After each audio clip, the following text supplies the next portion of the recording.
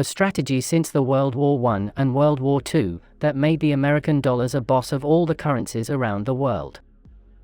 Here we are talking about the most famous and dominating currency. Did you know that 88.3% of the trades globally are done in American dollars? There are 180 currencies in the world as of 2022, but still, the supremacy of American dollars is keeping it at a different level. The dominance of American dollars isn't something new.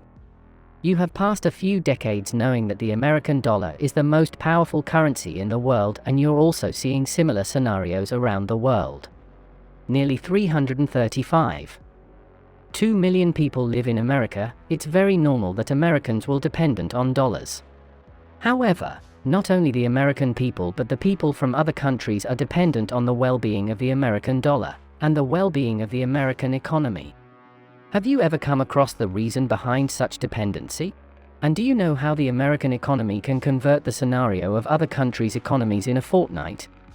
That's because of the immense power American dollars hold. But the question is how the currency has achieved so much power? And what strategies have pushed the American dollar to the current stage? The place American dollars have attained has not been achieved in a short time. Rather, there was keen leadership and critical approaches of some people which had led to the attainment. It takes way back to the time during World War I and World War II. Around 100 years back from now, the super and ultimate power of the world was the British Empire. They had a grasp on many regions of the world, and their colonies were dominating over the people in places of Asia, Europe, and other places. But there was a problem that got created during World War I. The national debt of Britain was €650 million during the year 1914, and the expenses of the war increased the debt to €7.40 billion by the year 1919. Which is only a time frame of 5 years. Most of the money was borrowed from the United States. Not only Britain, the Soviet Union, and France were also having similar scenarios, and their economy got crippled depending on the consequences of the war. The first strategy of the USA was, they utilized the time to grow industries. When the other superpowers were busy fighting, they were busy building industries of some products that are crucial for building up the economy of a country, as those were the highest valued product during that time. The United States had established a production line of wheat, brass, cotton, pieces of machinery, and automobiles which were high in demand during that time. The consequences of such approaches brought some commendable results that pushed economic growth. Only the exports growth went up from $2.4 billion to $6.2 billion American dollars by the year 1917, which was just 4 years. That's only the scenario during World War I. Similarly, World War II was another chance to hit milestones for the United States.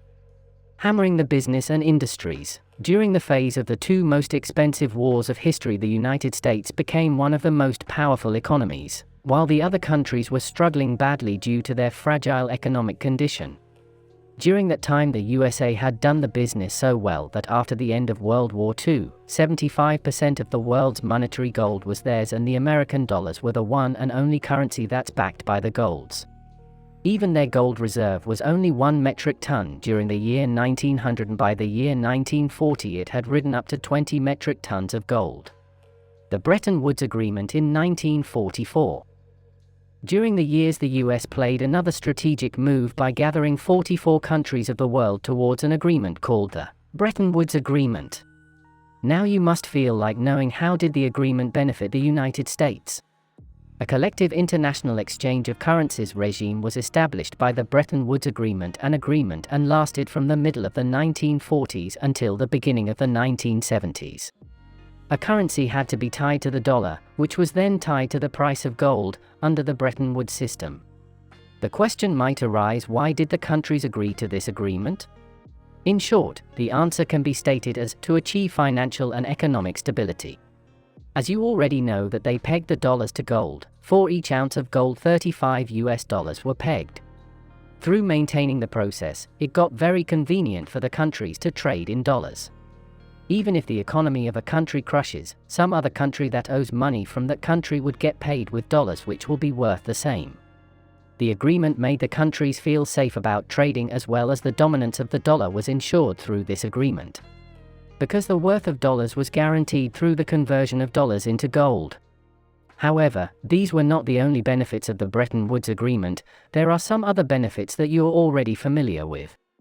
The creation of the World Bank and the IMF.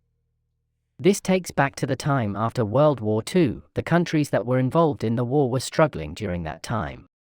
The countries needed money so that the development and other aspects can be dealt with properly, however they did not have it. On the other hand, the USA had a great amount of balance through the agreement and their industrialization process. So what they did?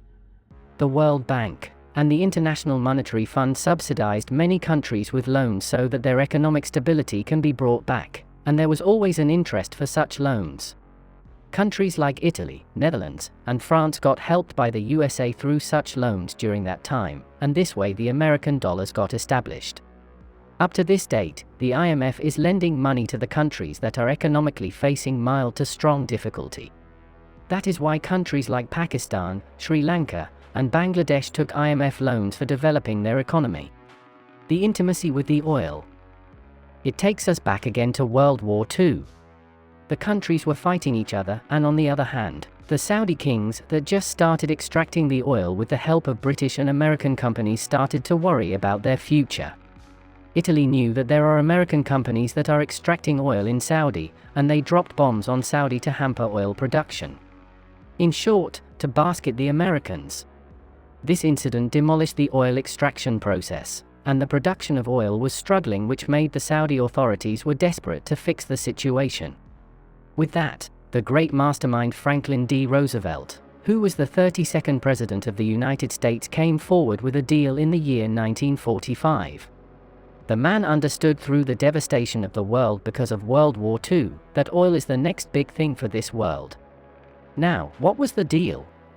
During the meeting with the Saudi king, Franklin D. Roosevelt proposed to provide Saudi with all kinds of military support to protect Saudi Arabia from any kind of attacks in the future, and there was a but. In exchange for that, the Saudi king was asked to sell the oil only in US dollars. Apparently, by the time 1960, all the giant oil manufacturing companies started selling oil to other countries in dollars. Even the economic crisis of America in 1970 could not diminish the value of the American dollar because of this deal. The Bretton Woods Agreement had been taken off due to the crisis in 1970, and the conversion of dollars to gold had stopped. But to buy oil, many countries kept their forex reserve in US dollars so that they can buy oil from Saudi. Such basements and strategic moves at the early stage of industrialization were crucial for developing the basement of US dollars. Eventually, it was a long time frame and the result of many strategic movements that have created this position of US dollars currently.